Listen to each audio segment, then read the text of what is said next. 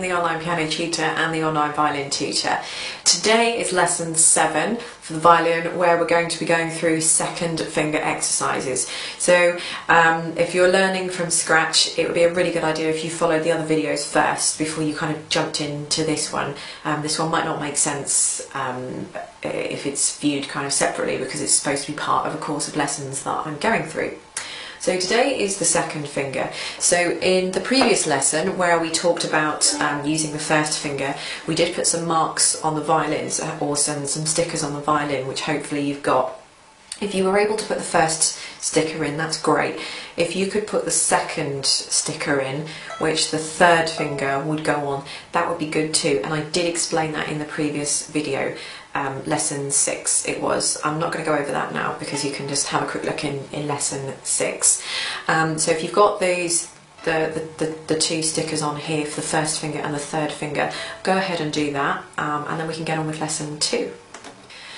So far we've done the 4 open strings, and we've learnt where the notes are on the music. We've also done the first finger on the violin as well, and we've hopefully learnt where those notes are on the music as well. Today we're going to be doing the second finger. Now, the reason why I wanted you to put that third finger dot on was so that if you were just to put the third finger on that dot, where your second finger goes is right behind it. It shouldn't be kind of just a little bit behind it or somewhere in the middle, flapping about here. It should be right behind it, so it should be touching it.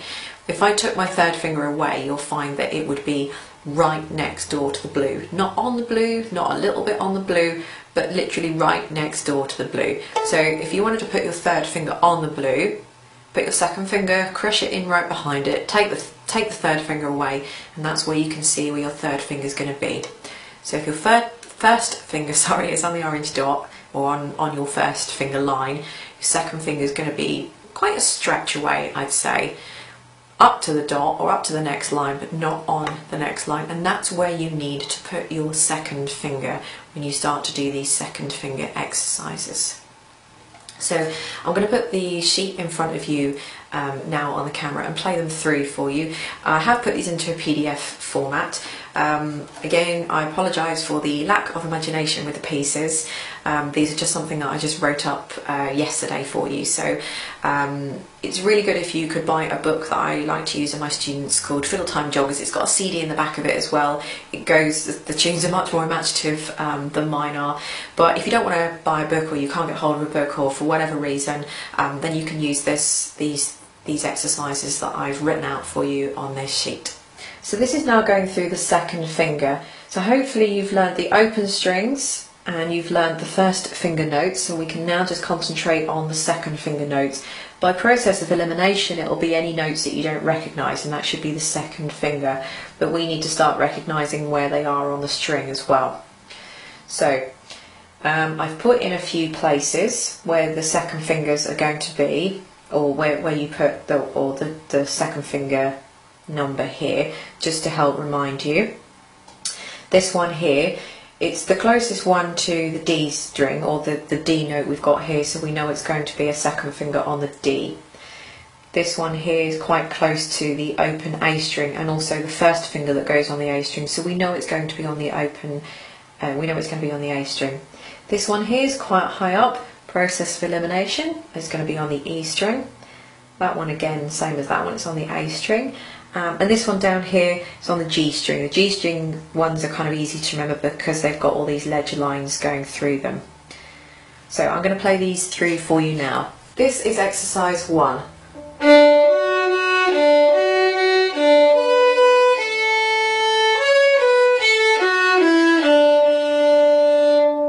Exercise 2.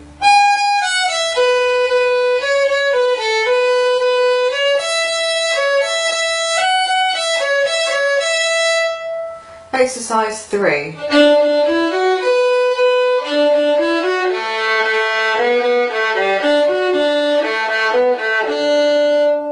Exercise 4.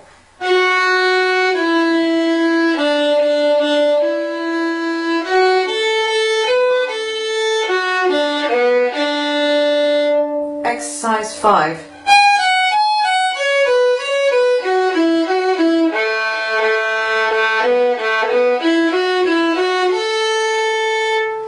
exercise 6.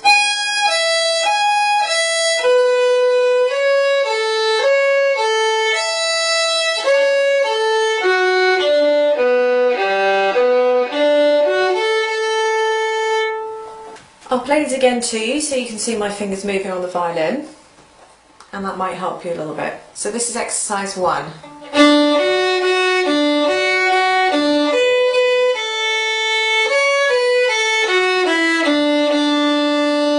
Exercise 2.